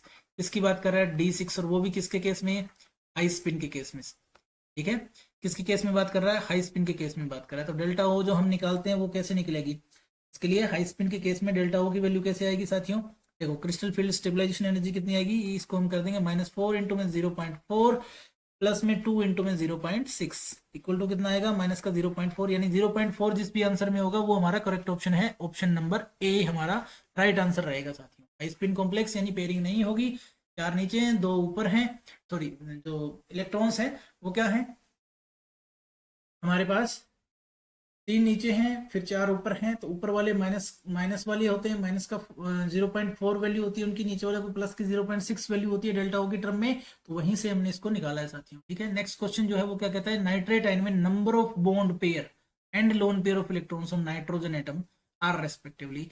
सीधी सी बात है, ये स्ट्रक्चर आप बना के देख लो, कितने बॉन्ड पेयर हैं और कितने लोन पेयर हैं नाइट्रोजन के ऊपर। नाइट्रोजन के ऊपर कोई भी लोन पेयर नहीं है, बॉन्ड पेयर कितने, 1 2 3 4, तो 4 तो बॉन्ड पेयर हो गए साथियों। यहाँ पर 4 बॉन्ड पेयर्स हैं, और लोन पेयर कितने हो गए, 0, कोई लोन पेयर नहीं, तो लोन पेयर 0, 4 0 वाला ऑप्शन कौन सा है, फोर्थ, बिल्कुल सही आंसर लगाया हुआ है, ये करेक्ट ऑप्शन है आपका। नेक्स्ट क्वेश्चन जो है 125, in Carius method of estimation of halogen. Carius method में हेलोजन का एस्टिमेशन करना है, 0.5 gram of an organic compound, organic compound कितना दिया है 0.5 ग्राम, उसने कितना AgBr दिया 0.376 gram, what is the percentage of bromine, यानी हेलोजन की परसेंटेज निकालनी है। तो सबसे पहली बात तो मोलर मास निकालना होगा। मैं क्वेश्चन नंबर 125 यहाँ पर सोल्व कर रहा हूँ, 125वां क्वेश्चन, यानी मोलर मास ऑफ AgBr कितना होगा। AgBr का मोलर मास होता है, टोटल मिला के आएगा 188 ग्राम पर मोल आएगा, 108 प्लस में बाकी कर देना, आपको पता चल जाएगा कितना आएगा। ठीक है, मोलर मास कितना आया, 188 ग्राम पर मोल आया। ठीक है, अब हमें ये पता है कि 188 ग्राम AgBr में कितना ब्रोमीन है, वन जो आपके पास 80 ग्राम ब्रोमीन होता है किसके अंदर, 188 gram of AgBr contains 80 gram of bromine. कितना होता है, 80 ग्राम होता है, मैंने बताया ना, क्योंकि सिल्वर का मोलर मास कितना होता है, 108 होता है, 108 होता है, 108 प्लस में 80 188 हो गया। ठीक है, तो अगर 0.5 ग्राम है, 0.5 ग्राम ऑफ AgBr है, उसमें कितना होगा, 0.376 ग्राम ऑफ AgBr है, उसमें कितना होगा, 80 इंटू में 0.376 डिवाइड बाई में हमारे पास कितना आ जाएगा, 188 ग्राम आ जाएगा, ग्राम ऑफ किसका, Br का आ जाएगा। तो परसेंटेज ऑफ Br कितनी होगी हमारे पास इसके अंदर, Br की परसेंटेज कितनी हो जाएगी, 80 इंटू में 0.376 इंटू में 100 और डिवाइड बाई में हमारे पास कितना आएगा, 188 इंटू में 0.5। अगर हम इसको पूरा कट करके सोल्व कर लेते हैं तो हमारे पास आंसर आता है 32%, जो कि बिल्कुल करेक्ट ऑप्शन है। ऑप्शन नंबर 3 जो किया हुआ है ये बिल्कुल सही है। करेक्ट ऑप्शन कौन सा है, ऑप्शन नंबर 3 है हमारे पास। ठीक है, नेक्स्ट पे बढ़ते हैं साथियों आगे। नेक्स्ट क्वेश्चन जो है 126 क्वेश्चन जो है वो क्या कहता है, वो कहता है कि standard reduction potential for Fe3 plus Fe2, यानी आपको क्या दे रखा है, E0 Fe2 प्लस Fe दे रखा है। ठीक है, माइनस का 0.44 वोल्ट, एंड आपको क्या दे रखा है, E0 SN2 प्लस SN दे रखा है, कितना, माइनस का 0.14 वोल्ट दे रखा है। और आपसे E0 सेल पूछा, E0 सेल क्या होता है, E0 राइट माइनस में E0 लेफ्ट होता है साथियों। तो सीधा सा ऑप्शन था आपके पास। अब इसको अगर रिएक्शन के थ्रू करके देखना चाहोगे तो कैसे आएगा, Fe2 प्लस प्लस में SN से क्या बन रहा है, Fe प्लस में SN2 प्लस क्रिएट हो रहा होता है। ठीक है, तो रिडक्शन हमें पता है किसका हो रहा है, ऑक्सीडेशन हमें पता है किसका हो रहा है। यहाँ पर क्या हुआ, यहाँ पर गेन ऑफ इलेक्ट्रॉन हुआ यानी रिडक्शन हुआ, ये ऑक्सीडेशन हो रहा है। ठीक है, तो यहां से हमारे पास आंसर आ जाएगा ई नोट सेल जो है, ईएमएफ ऑफ सेल है वो कैसे आएगा, वो आएगा E nought of cathode minus E nought of anode, यानी कि माइनस का 0.44 माइनस में माइनस का 0.14 वोल्ट, कितना आ जाएगा माइनस का 0.30 वोल्ट हमारा आंसर होगा साथियों। ये कौन सा ऑप्शन है, सेकंड ऑप्शन है हमारे पास, माइनस का 0.30 वोल्ट हमारा आंसर हो जाएगा 126 क्वेश्चन का। उसके बाद आता है 127, तब ये क्या लिखा हुआ, the product obtained as a result of reaction of benzene, benzene की रिएक्शन है with n propyl chloride in presence of AlCl3। देखो n प्रोपाइल क्लोराइड जो होता है ना, उसकी प्रेजेंस में कैसे ये रिएक्ट करेगा, यानी हमारे पास क्या है, तो बेंजीन है, n प्रोपाइल जो क्लोराइड है इसका मतलब क्या है, CH3 CH2 CH2 Cl है, इसकी रिएक्शन है एनहाइड्रस AlCl3 की प्रेजेंस में, यानी ये क्या है, सिंपल सी रिएक्शन है, इलेक्ट्रोफिलिक सब्स्टिट्यूशन रिएक्शन है।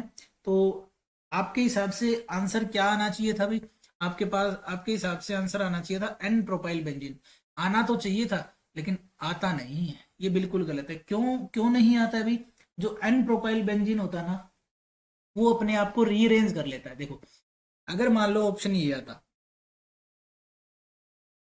तो ये ज्यादा स्टेबल नहीं है, स्टेबिलिटी इसकी क्या है, कम है, एन प्रोपाइल बेंजीन की स्टेबिलिटी क्या है, लेस है।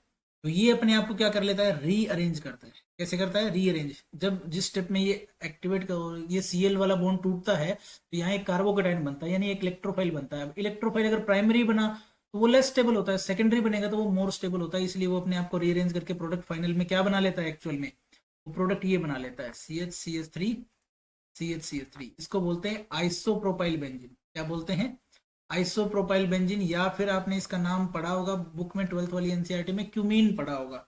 ठीक है, तो आपका आंसर जो आएगा वो एक्चुअल में आइसोप्रोपाइल बेंजीन आएगा, यानी क्यूमीन आएगा, ये आपका राइट आंसर रहने वाला सर।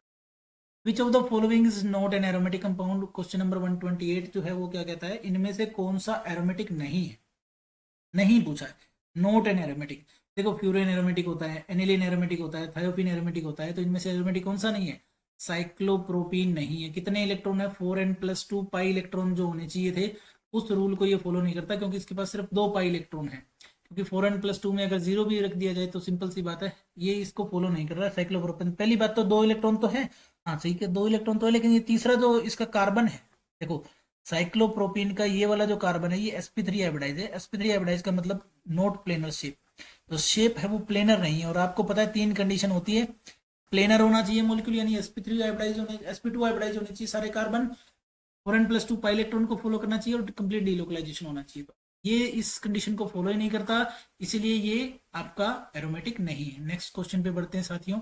अगला जो क्वेश्चन है हमारे पास वो क्या कहता है, वो कहता है कि PTNS3 होल्टवाइज ClNO2 का IUPAC नेम क्या है। देखो भाई IUPAC नेम जब भी आप देते हो, आपके पास फॉर्मूला होता है ना, तो आप किससे शुरू करते हो, आप शुरुआत करते हो हमेशा क्या, पहले तो इसका ऑक्सीडेशन नंबर निकालो, एक्स निकालो, इसका कितना होगा पीटी का। अमोनिया क्या होता है, बिल्कुल ही न्यूट्रल लिगेंड होता है, तो एक्स प्लस में 0, माइनस में 1, माइनस में 1 कितना हो जाएगा 2, तो एक्स कितना इक्वल टू में क्या हो जाएगा, इसके ऊपर कितना है 0 चार्ज है, तो एक्स इज इक्वल टू में क्या हो जाएगा -1 -2, ये +2, कितना चार्ज हो गया भाई, एक्स आपका ऑक्सीडेशन नंबर जो है वो +2 आया, 2 ऑक्सीडेशन नंबर है प्लेटिनम का, तो सभी में 2 ही दिखाई दे रहा है भाई, 2 वाला ही है। पहला तो है नहीं, ठीक है, पहला तो है नहीं क्योंकि इसमें क्या नहीं है, ऑक्सीडेशन नंबर ही नहीं है, तो फर्स्ट ऑप्शन तो हो ही नहीं सकता, ये तो गलत हो गया। दूसरा क्लोरोनाइट्रेट, और नाम बिल्कुल नहीं, जिस ऑर्डर में ये अल्फाबेटिकल ऑर्डर में आपके लिगेंड्स लिखे जाते हैं तो अल्फाबेटिकल ऑर्डर में ही नाम आएगा, तो दूसरा ऑप्शन भी कट हो जाता है हमारे पास। तीसरा ऑप्शन क्या होता है, di amine chlorido nitrato and platinum 2, ठीक है। और चौथा क्या कहता है, di amine chlorido nitrato and Palatinate.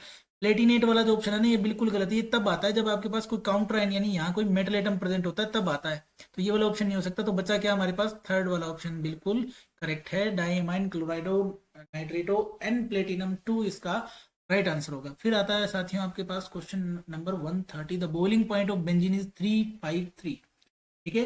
कौन सा क्वेश्चन आया, 130, ये क्या कहता है, बॉइलिंग पॉइंट जो है बेंजीन का वो क्या है आपके पास 353 है, ठीक है।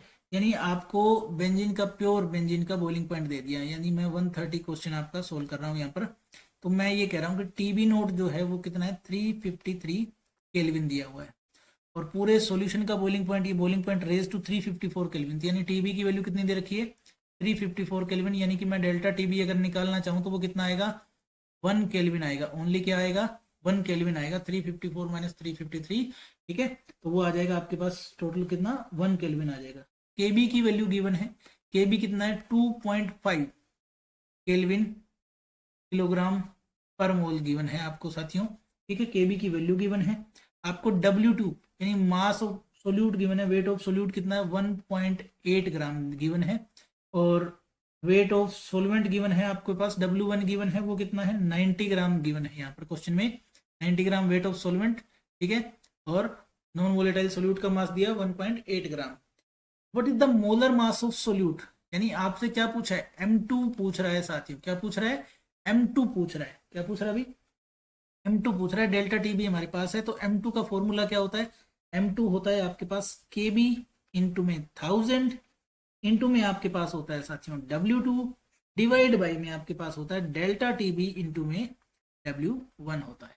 इसमें सारी वैल्यूज पुट कर दो, आपके पास आंसर आ जाएगा 2.5 इंटू में 1000 इंटू में 1.8 डिवाइड बाई में 1 इंटू में 90, 1 इंटू में 90। सिंपल सी बात है, इन सबको काट पीट के आपके पास आंसर कितना आएगा, 50 ग्राम आंसर आएगा। कितना आएगा, 50 ग्राम पर मोल, 50 ग्राम पर मोल आपका आंसर आ जाएगा। तो 50 ग्राम पर मोल कौन सा ऑप्शन है, सेकंड ऑप्शन आपके पास है साथियों, ठीक है। ये आपका राइट आंसर रहेगा।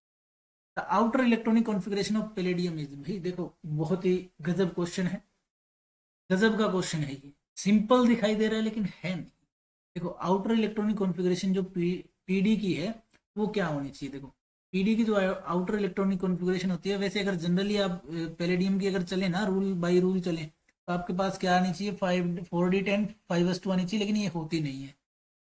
इसकी जो एक्चुअल जो है वो होती है 4d10 5s0।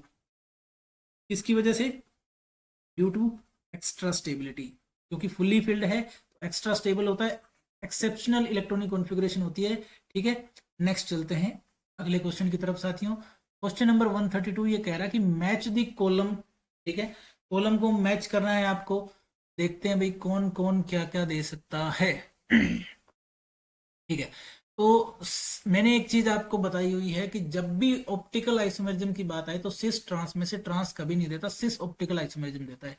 तो बी का तो 1 आएगा, बी का 1 किसमें, एक ही ऑप्शन में दे रखा है, तो यहीं से हमारा डायरेक्ट, देखो स्मार्ट वर्क किसी को कहते हैं, इसको क्या कहते हैं, स्मार्ट वर्क कहते हैं साथियों, ठीक है। ये आपका कोऑर्डिनेट आइसोमेरिज्म होता है, जब आपके पास ऐसी दो कोऑर्डिनेशन सीरीज आपस में दी होती है, दो कोऑर्डिनेशन कॉम्प्लेक्स एक साथ दिए होते हैं, कोऑर्डिनेट आइसोमर इसको बोलते हैं।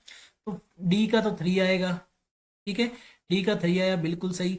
और ये SO4 और Br ये पोटेंशियल आयन एक्सचेंज हो सकते हैं, इसलिए इसको आयनाइजेशन आइसोमर कह देते हैं। तो सी का क्या आएगा आपके पास, 2 आएगा, बिल्कुल सही है। बच गया एक ही, फर्स्ट का क्या आ जाएगा, फोर्थ आ जाएगा, ठीक है, बिल्कुल ए का 4 आ जाएगा, यही हमारा ऑप्शन हो जाता है, ऑप्शन नंबर 3। उसके बाद आता है CH3CH2OH can be converted into CH3CH2। कैसे कन्वर्ट किया जा सकता है, अल्कोहल को एल्डिहाइड में कैसे कन्वर्ट कर सकते हैं। आपके पास है CH3CH2OH, अल्कोहल को कन्वर्ट करना है आपको किसमें साथियों, एल्डिहाइड के अंदर। जब भी आप, मैं इसको ना लिख के सीधा अल्कोहल लिखता हूँ, अल्कोहल से जब भी आपको एल्डिहाइड में कन्वर्ट करना होता है तो आपके पास दो ऑप्शन होते हैं, मतलब दो क्या, आपके पास एक ही ऑप्शन होता है, क्या क्या ऑप्शन होता है, ऑक्सीडेशन करवा दो भाई। अल्कोहल का ऑक्सीडेशन करवाओगे एल्डिहाइड में कन्वर्ट हो जाएगा, एल्डिहाइड का ऑक्सीडेशन करवाओगे वो कार्बोक्सिलिक एसिड में कन्वर्ट हो जाएगा, में कन्वर्ट हो जाएगा, कार्बोक्सिलिक एसिड में कन्वर्ट हो जाएगा। अब जब आपको ऑक्सीडेशन करवाना है, ऑक्सीडेशन, उसके लिए जरूरत किसकी पड़ेगी, ऑक्सीडाइजिंग रिएजेंट की जरूरत पड़ेगी, ऑक्सीडाइजिंग एजेंट की जरूरत पड़ेगी। ऑक्सीडाइजिंग एजेंट कौन कौन से होते हैं, दो टाइप के होते हैं, मैं आपको पहले भी करवा चुका हूँ। स्ट्रॉन्ग जैसे KMnO4 and K2Cr2O7 potassium dichromate, लेकिन ये स्ट्रॉन्ग होते हैं, ये डायरेक्टली क्या करते हैं, अल्कोहल को किस में कन्वर्ट करवा देते हैं, डायरेक्टली कार्बोक्सिलिक एसिड में कन्वर्ट कर देते हैं। वो तो हमें प्रोडक्ट चाहिए नहीं, हमें तो चाहिए एल्डिहाइड। एल्डिहाइड के लिए में कन्वर्ट करने के लिए हमें माइल्ड चाहिए होंगे। माइल्ड में क्या आता है आपके पास, MnO2 है, CrO3 है, साथ में एक आता है पिरिडीनियम क्लोरोक्रोमेट, ये बड़ा गजब का रिएजेंट होता है। यहाँ कौन कौन सा दिया है, हाइड्रोजनेशन नहीं, लिथियम एल्यूमिनियम एल्यूमिनियम हाइड्राइड, ये रिड्यूसिंग एजेंट है दोनों के दोनों। KMnO4 स्ट्रॉन्ग ऑक्सीडाइजिंग एजेंट हो गया, नहीं। ऑप्शन नंबर 3 हमारा आ जाएगा पिरिडीनियम क्लोरोक्रोमेट, इसको PCC भी बोलते हैं, PCC शॉर्ट फॉर्म में, पिरिडीनियम क्लोरोक्रोमेट। ऑप्शन नंबर 3 आपका बिल्कुल सही आंसर था, जिसने भी किया है, ठीक है। नेक्स्ट क्वेश्चन पे बढ़ते हैं साथियों। अगला क्वेश्चन, क्वेश्चन नंबर 134 क्या कहता है, Cannizzaro reaction is not given by, देखो कैनिजेरो रिएक्शन जो होती है ना, कैनिजेरो रिएक्शन, वो सिर्फ वही कंपाउंड देते हैं जिनके पास अल्फा हाइड्रोजन्स नहीं होते, जिनके पास अल्फा हाइड्रोजन्स नहीं होते, सिर्फ वही देंगे। तो ऐसे कंपाउंड जिनके पास अल्फा हाइड्रोजन है वो कैनिजेरो रिएक्शन नहीं देंगे। इसमें से किसके पास अल्फा हाइड्रोजन है भाई? आपका एथेनॉल के पास है। एथेनॉल के पास CH3 CHO ग्रुप हो गया, तो ये अल्फा कार्बन, ये इसके अल्फा हाइड्रोजन, इसका मतलब राइट ऑप्शन आपका क्या हो जाएगा? एथेनॉल हो जाएगा। ठीक है, क्योंकि मेथेनॉल क्या होता है? HCHO, इसके पास तो है ही नहीं, ये तो देता है। ठीक है, बेंजल्डिहाइड, बेंजल्डिहाइड के पास भी नहीं है तो ये भी देता है। ठीक है, 1 मिथाइल साइक्लोहेक्सेन कार्बल्डिहाइड, ये भी देता है। तो सीधा सी बात है, कौन नहीं देगा? इसने पूछा नोट गिव कैनिजेरो रिएक्शन, तो इनमें से एथेनॉल नहीं देगा क्योंकि उसके पास अल्फा हाइड्रोजन है। ये एल्डोल कंडेंसेशन रिएक्शन और क्रॉस एल्डोल कंडेंसेशन रिएक्शन को देगा। नेक्स्ट जो क्वेश्चन है वो एनसीईआरटी का आपका सोल्ड एग्जांपल है, मैं पहले ही बता चुका हूं आपको। ठीक है, एनसीईआरटी का सोल्ड एग्जांपल ये क्या कहता है? 2 litres of an ideal gas at a pressure of 10 atm, pressure दे रखा है। ठीक है, expands isothermally against a constant external pressure of 1 atm। External pressure है पी एक्सटर्नल जो है, आप ये कह सकते हो पी एक्सटर्नल कितना है? 1 atm है, एक्सटर्नल कांस्टेंट है प्रेशर। तो टोटल वॉल्यूम इन 10 लीटर्स, अनटिल इट्स वॉल्यूम कितनी हो जाती है? 10 लीटर्स। यानी देखो, वी फाइनल कितना? 10, वी इनिशियल कितना? 2 लीटर। ठीक है, तो अब ये पूछ रहा है हमसे वर्क डन क्या है इन दी एक्सपेंशन, यानी नेगेटिव वर्क डन की बात करते हैं। तो क्यू क्या होता है? -W, which is equal to में क्या होता है? पी एक्सटर्नल इंटू में वी फाइनल माइनस में वी इनिशियल। इसका मतलब पी एक्सटर्नल तो 1 है, 1 इंटू में वी फाइनल कितना? 10 -2, तो ये कितना आ जाएगा? 8 लीटर एटीएम आपका आंसर आ जाना चाहिए। 8 लीटर एटीएम आपका आंसर होना चाहिए। कहाँ है बिल्कुल सही है, थर्ड ऑप्शन आपका करेक्ट है साथी। थर्ड ऑप्शन आपका क्या हो जाएगा? करेक्ट हो जाएगा। नेक्स्ट पे बढ़ते हैं 136, on treating sodium fusion extract with sodium nitroprusside. देखो +1 क्लास से आया है, सोडियम नाइट्रोप्रोसाइड किसका है? सल्फर के लिए टेस्ट है। किसके लिए है? सल्फर के लिए टेस्ट है साथी। किसके लिए टेस्ट है? सल्फर के लिए टेस्ट है। वैसे तो सल्फाइड आयन इसमें कन्वर्ट, सल्फाइड आयन जो होते हैं ना, प्रेजेंस ऑफ सल्फर दिखाता है, सल्फर की प्रेजेंस के लिए टेस्ट किया जाता है। इसको सोडियम नाइट्रोप्रोसाइड टेस्ट भी कहते हैं। वोलेट कलर आता है इसमें। ठीक है, तो वोलेट कलर आता होता है क्या? ये देखो, सल्फर क्या मतलब उसको प्रेजेंस चेक करने के लिए जो होता है, फिर जो सोडियम नाइट्रोप्रोसाइड होता है उसको हम क्या डाल देते हैं? इसके अंदर डालते हैं, तो FeCN5 और फिर NO। ठीक है, ऊपर 2- होता है, ये आपका सोडियम नाइट्रोप्रोसाइड होता है, सोडियम नाइट्रोसाइड है। ठीक है, जैसे ही आप ये डालोगे तो ये कन्वर्ट किसके अंदर हो जाएगा? FeCN5NOS4- के अंदर। ठीक है, ये वोलेट कलर का कॉम्प्लेक्स होता है, वोलेट कलर का कॉम्प्लेक्स होता है। इसका मतलब क्या है? आपके पास क्या बनेगा? वोलेट कलर किसकी वजह से आता है? थर्ड ऑप्शन, FeCN- वाला, ये वाला ऑप्शन थर्ड। मैं रब कर लेता हूँ इसको ना, थोड़ा बड़ा कर देंगे अच्छे से। थर्ड ऑप्शन जो है वो आपका क्या हो जाएगा साथियों? बिल्कुल करेक्ट हो जाएगा। थर्ड ऑप्शन क्या हो जाएगा? बिल्कुल करेक्ट आंसर है। नेक्स्ट क्वेश्चन पे बढ़ते हैं साथियों, क्या है 137 क्वेश्चन क्या कहता है? The electronic configuration of two elements A and B are given below the molecular formula of the compound will be. देखो एक इलेक्ट्रॉनिक कॉन्फ़िगरेशन क्या दे रखी है, मैं लास्ट वाली लिख रहा हूँ 3s2 3p 3 बार कितने? 6 और 4 10, 10 और 5 15। सीधी सी बात है, किसका है? Phosphorus 15 number. बी क्या है? बी है आपका 6 और 4 10, 10 और 7 17, 3s2 3p5, ये है 17 एटॉमिक नंबर यानी क्लोरीन। कौन सा फॉर्मूला आएगा? PCl3 आपका आंसर आना चाहिए। ठीक है, AB3 वाला ऑप्शन आपका बिल्कुल सही है साथियों। नेक्स्ट क्वेश्चन 138 वाला, the cell potential of the given cell भी, यानी नॉन्स्ट इक्वेशन आपको इसके लिए लिखनी है। तो नॉन्स्ट इक्वेशन आपका आंसर क्या आएगा? सबसे पहले वाला ऑप्शन इसका हो जाना चाहिए। ठीक है, नॉन्स्ट इक्वेशन इसके लिए क्या लिखोगे? E cell equal to E naught cell minus में RT/में NF होता है। N कितना होगा? तो आपको भी पता है साथियों कि क्या है? Mg है, Mg2+, 2 इलेक्ट्रॉन है, Ag2+ वाले को 2 से मल्टीप्लाई करना पड़ेगा। ठीक है, अरे रुक जाओ भाई, हाँ 2 से मल्टीप्लाई करना पड़ेगा, तो इसके नीचे ये स्क्वायर भी तो आएगा। ई नोट सेल माइनस में, ठीक है, हाँ जी। फोर्थ ऑप्शन आपका बिल्कुल करेक्ट रहेगा इसके अंदर। फोर्थ ऑप्शन क्या हो जाएगा? करेक्ट हो जाएगा। तो ठीक है, सॉरी भाई, मेरी गलती है, माय बैड।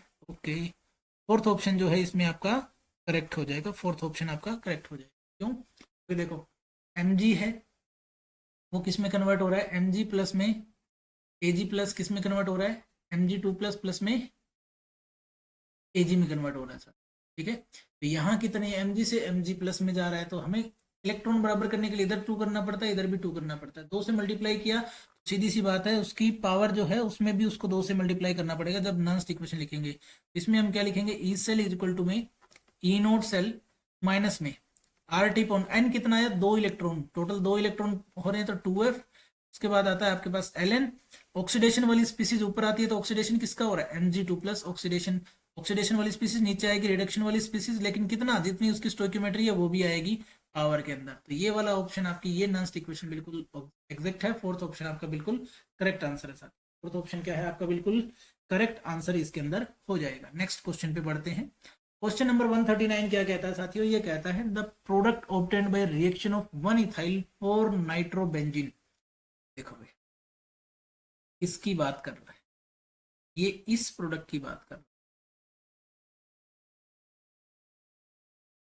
ठीक है, ये किसकी बात कर रहा है, ये इसकी बात कर रहा है। 1 इथाइल 4 नाइट्रोबेंजीन की रिएक्शन करवाई किसके साथ, ब्रोमीन के साथ, किसकी प्रेजेंस में, यूवी या फिर सनलाइट की प्रेजेंस में। अगर यूवी और सनलाइट है, अगर यूवी और सनलाइट दिया हुआ है तो फ्री रेडिकल मैकेनिज्म से जाएगा, किससे जाएगा, फ्री रेडिकल मैकेनिज्म से जाएगी, फ्री रेडिकल मैकेनिज्म को फॉलो करेगी अगर यूवी सनलाइट दिया है, और तब मोर स्टेबल फ्री रेडिकल ही जनरेट होगा यहाँ पर। तो इसका मतलब CH3Br ये वाला प्रोडक्ट बनना होगा इसके ऊपर। ठीक है, इसका आंसर क्या होना चाहिए, B11 ब्रोमोइथाइल 4 नाइट्रो, हाँ ये वाला ऑप्शन, थर्ड ऑप्शन इसका बिल्कुल क्या हो जाएगा, करेक्ट आंसर हो जाएगा साथियों। ऐसा क्यों, क्योंकि ब्रोमीन अगर Fe के साथ होता या Se के साथ दिया होता, ब्रोमीन Fe के साथ दिया होता तो ब्रोमिनेशन जो होता वो बेंजीन रिंग के ऊपर होता, ना कि अल्काइल सब्स्टिट्यूएंट पर। क्योंकि सनलाइट दिया हुआ है इसलिए फ्री रेडिकल बनेगा, फ्री रेडिकल मोर स्टेबल जहां बनेगा वहीं आपका ब्रोमीन जुड़ जाएगा, यानी ब्रोमीन यहाँ पर आपका सेकेंडरी पोजीशन पे ही जुड़ना पसंद करेगा, ना कि प्राइमरी।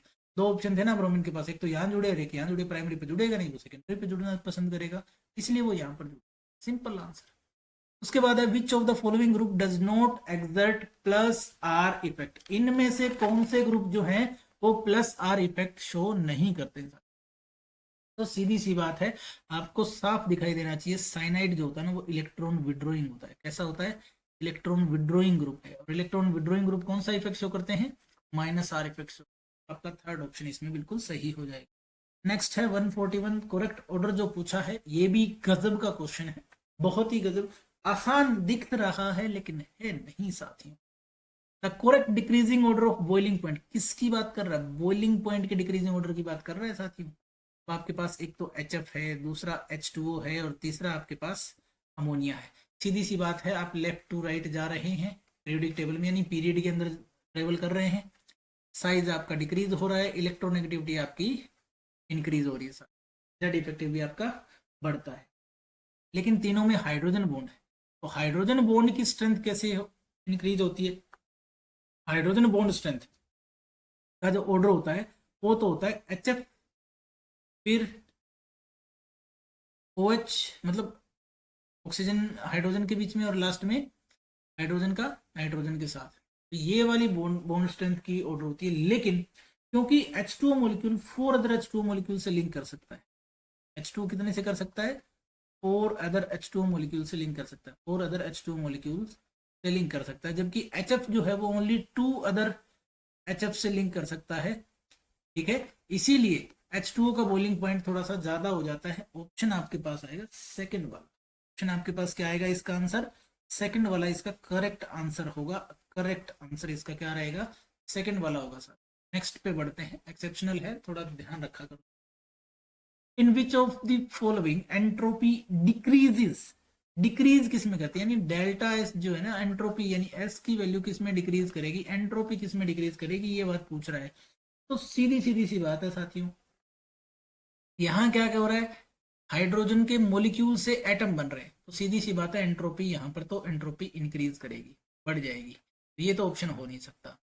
NaCO3 सॉलिड से सॉलिड गैस और गैस बन रहा है, हाँ हो सकता है इसमें बढ़े, लेकिन उतना नहीं, मैं नहीं मानता इसकी, तो ये भी ऑप्शन नहीं आएगा। Temperature of A crystalline solid is raised from 0 kelvin से 115 केल्विन पर चले जाओ तो उसमें भी एंट्रोपी इंक्रीज ही हो जाएगी। एंट्रोपी क्या हो जाएगी? इंक्रीज। तो तीनों में इंक्रीज होगी। एक ही केस है जिसके अंदर क्या होता है?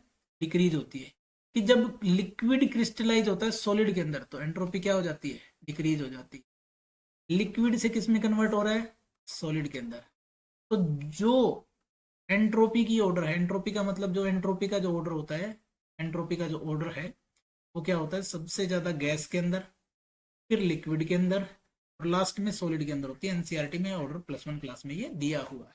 सीधी सी बात है, लिक्विड जब क्रिस्टलाइज होकर सॉलिड में कन्वर्ट होगा तो एंट्रोपी उसकी क्या हो जाएगी? डिक्रीज, क्योंकि सॉलिड में वो एक फिक्स पोजीशन पे पहुंच जाएंगे और वहीं ऑसिलेट कर सकते हैं बस, जबकि लिक्विड में वो थोड़ा फ्री होते हैं। Benzoic acid on reaction with ammonia gives product ए। तो कर लेते हैं भाई रिएक्शन इसकी। बेंजोइक एसिड है हमारे पास, अमोनिया के साथ रिएक्ट करेगा, ठीक है भाई, रिएक्ट करेगा तो क्या बनाएगा? अमोनियम बेंजोएट बनाएगा, COO-NH4+। इसको क्या बोलते हैं? अमोनियम बेंजोएट बनाएगा। पहला प्रोडक्ट तो हमारे पास आ गया, बेंजो अमोनियम बेंजोएट। अब ये क्या कर रहा है? On dehydration. डीहाइड्रेशन का मतलब हीट करो, पानी निकालो। डीहाइड्रेशन जैसे ही करोगे ये किस में कन्वर्ट हो जाएगा? ये कन्वर्ट हो जाएगा CONH2 के अंदर, यानी अमाइड के अंदर, यानी बेंजेमाइड।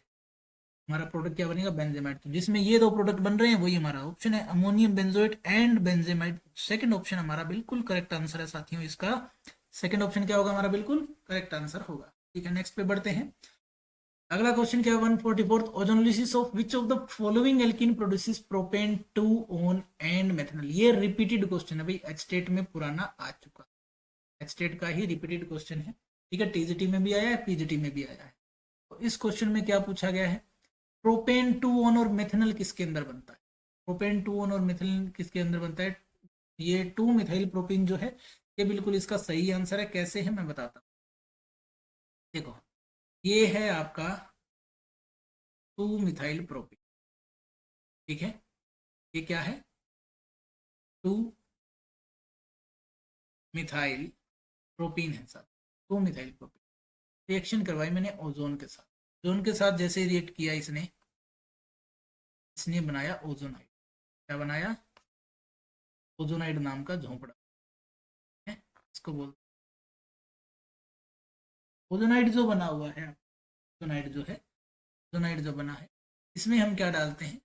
जिंक H2O डाल, जिंक वाटर डाल देते हैं, जिंक प्लस H2O। तो यहाँ से बॉन्ड क्लीवेज होता है, ऐसे ये झोंपड़ा टूट जाता है।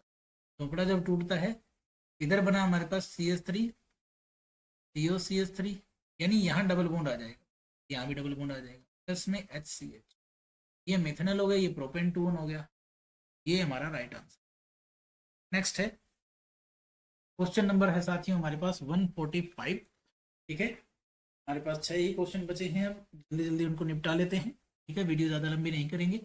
What is the molarity of A solution containing 4 gram of NaOH? पहली बात तो 145 क्वेश्चन में था भाई, 145 क्वेश्चन में मोलरिटी पूछी है। मोलरिटी का मतलब क्या है? Number of moles of solute, ठीक है, number of moles of solute divide by में volume of solution in litre. तो लीटर में होना चाहिए, यहाँ 500 ml दे रहे हैं। सबसे पहले number of moles of solute निकालते हैं। क्या निकालते हैं? Number of moles of NaOH निकालते हैं। क्या है? सोल्यूट। गिवन मास कितना? 4 ग्राम पर मास कितना होता है? 40, 0.1 मोल आए। ठीक है, तो 0.1 मोल आ गया नंबर ऑफ मोल्स, तो 0.1 डिवाइड बाई में वॉल्यूम ऑफ सॉल्यूशन यानी 0.5। 0.1 बाई 0.5 आपका आंसर क्या रहेगा? 0.2 मोल पर लीटर। ये आपका आंसर आ जाएगा। ये कौन सा है? सेकंड ऑप्शन आपका बिल्कुल करेक्ट है, यहाँ पर सेकंड आपका करेक्ट आंसर। फिर आता है the correct order of bond dissociation enthalpy among the following. इससे बहुत ही गजब का क्वेश्चन है। ठीक है, बॉन्ड डिसोसिएशन एंथैल्पी की बात कर रहे हैं। जब बॉन्ड, एक मोल बॉन्ड टूटता है, ठीक है, अपने गैसियस आयन में कन्वर्ट होते हैं, तब उसको डिसोसिएशन एंथैल्पी कह देते हैं। ठीक है, तो बॉन्ड डिसोसिएशन एंथैल्पी वाला ऑर्डर क्या आएगा? करेक्ट जो ऑर्डर होगा वो होगा साथियों Cl2 Br2 F2 और फिर I2। ये आपका करेक्ट ऑर्डर होगा। ऐसा क्यों, मैं बताता हूँ। बॉन्ड डिसोसिएशन एंथैल्पी, लगता तो ये कि फ्लोरीन मोस्ट इलेक्ट्रोनेगेटिव एलिमेंट है तो उसी में सबसे ज्यादा बॉन्ड स्ट्रॉन्ग बना होगा, लेकिन याद रखना फ्लोरीन का साइज बहुत छोटा होगा। FF में इलेक्ट्रॉनिक रिपल्शन है, क्या है? इलेक्ट्रॉनिक रिपल्शन किसकी वजह से? Due to small size of fluorine atom. Fluorine atom का साइज बहुत छोटा है और इलेक्ट्रोनेगेटिविटी बहुत ज्यादा है, इसीलिए उसकी बॉन्ड डिसोसिएशन एंथैल्पी क्या हो जाती है? कम हो जाती है, ना कि ज्यादा। आपका ऑर्डर जो रहेगा वो थर्ड वाला रहेगा, ठीक है। ओके, नेक्स्ट क्वेश्चन पे बढ़ते हैं। चलिए, नेक्स्ट क्वेश्चन क्या कहता है? 147th, if water is assume to be perfect gas. ये भी थर्मोडायनेमिक्स का क्वेश्चन एनसीईआरटी से ही आया है, एनसीईआरटी से आया है, ठीक है। सोल्ड एग्जांपल है एनसीईआरटी का। क्या कहता है, चलिए देख लेते हैं। ये कहता है if water vapour is assume to be a perfect gas, molar enthalpy change of vaporisation of 1 mole of water at 1 bar. देखो, 1 मोलर 1 बार प्रेशर दिया हुआ at 100 degree Celsius. 100 degree Celsius का मतलब क्या हुआ? आपके पास 373 केल्विन टेम्परेचर दिया है। मोलर एंथैल्पी चेंज कितना दिया हुआ है? डेल्टा एच जो दिया हुआ है आपके पास, वो कितना दिया हुआ है साथियों? डेल्टा एच आपको गिवन है, वो है 41 किलो जूल पर मोल है, ठीक है। Then the internal energy change for the conversion पूछा क्या है? डेल्टा यू पूछा है साथ आपसे, ठीक है। देखो, वाटर लिक्विड से किस में कन्वर्ट हो रहा है? सॉलिड में।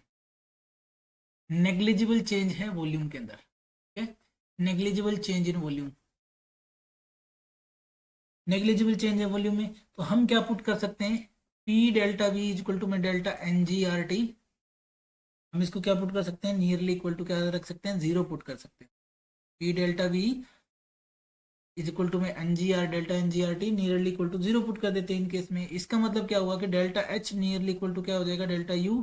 का मतलब आपके पास जो डेल्टा यू का आंसर होगा वो कितना होगा? 41 किलो जूल पर मोल ही रहेगा, ठीक है। तो जितना डेल्टा एच दिया हुआ वही डेल्टा यू इसके अंदर रह जाएगा। सेकंड ऑप्शन आपका इसका करेक्ट रहेगा। एनसीईआरटी का सोल्ड एग्जांपल है, जरा ध्यान से देखा करिए, ठीक है। उसके बाद which of the following solution is not really ideal in beer. देखो, आइडियल सॉल्यूशन के लिए एक छोटी सी ट्रिक होती है। सेम सेम राइम करते हैं, जैसे hexane, heptane, ethane, bromoethane, chloroethane, benzene, toluene, ये सेम सेम है, तो ये आइडियल है। नॉन आइडियल सॉल्यूशन इसमें से कार्बन डाइसल्फाइड और एसीटोन ही होता है। नॉन आइडियल कौन सा है? कार्बन डाइसल्फाइड और एसीटोन होता है। ट्रिक क्या है पहचानने की? देखो, आइडियल को पहचानने की ट्रिक क्या है? सेम राइम करेंगे, hexane, heptane, bromoethane, chloroethane, benzene, toluene, ठीक है। तो सीधा सा आंसर है। फिर an element with atomic number 55 belongs to which block of periodic table. भाई, वो किस ब्लॉक से 55 एटॉमिक नंबर वाला? वो एस ब्लॉक से बिलोंग करता है। 55 नंबर वाला किससे बिलोंग करता है? एस ब्लॉक से बिलोंग करता है। नेक्स्ट क्वेश्चन यानी लास्ट क्वेश्चन जो है इस पेपर का, वो क्या है आपका? Arrange the following alkyl halides in decreasing order of the rate of beta elimination reaction with alcoholic H. देखो, बीटा एलिमिनेशन रिएक्शन में क्या होता है इस बात को? बीटा एलिमिनेशन का मतलब होता है कि ऐसा आपके पास कोई, मान लेते हैं ये एक मेरे पास अल्काइल हैलाइड है, ये इसका अल्फा कार्बन है जिससे ये डायरेक्टली अटैच है। नेक्स्ट जो कार्बन है वो बीटा कार्बन, इसके सारे हाइड्रोजन बीटा हाइड्रोजन है। जब भी आपके पास अल्कोहलिक केओच होता है तो यहाँ पर बीटा एलिमिनेशन रिएक्शन होती है और एक एल्कीन एज ए प्रोडक्ट बनता है, ठीक है। अगर इसी के साथ मैं एक्वस केओच लिख दूं, एक्वस केएच लिख दूं, तो मुझे अल्कोहल एज ए प्रोडक्ट मिलता है। तो बहुत ध्यान रखना है। अब बीटा एलिमिनेशन कौन सा होता है? सेडजेफ रूल कहता है कि जो मोर सब्स्टिट्यूटेड एल्कीन जिसमें बनेगी वही आपका क्या होगा? Major product. क्या मोर सब्स्टिट्यूटेड एल्कीन जिसमें बनती है वो मेजर प्रोडक्ट होता है, तो सबसे ज्यादा सब्स्टिट्यूटेड एल्कीन तो बनेगी पहले में, सीधी सी बात। दूसरा नंबर आएगा तीसरे का, फिर तो आपका ए सी बी, फोर्थ ऑप्शन बिल्कुल करेक्ट आंसर। ये सेडजेफ रूल से निकल आता है, ठीक है। तो ये था साथियों आज का, ये जो कल जो पीजीटी केमिस्ट्री का जो एग्जाम हुआ था उसके कंप्लीट पेपर का केमिस्ट्री वाले पार्ट का सॉल्यूशन कल मैं आपके लिए लेकर आऊंगा साथियों। आज जो एग्जाम हुआ है टीजीटी साइंस वाला, उसमें केमिस्ट्री वाले पार्ट का एग्जैक्ट सॉल्यूशन। तब तक के लिए अपना प्यार बनाए रखिए। धन्यवाद, खुश रहिए और स्वस्थ रहिए साथ।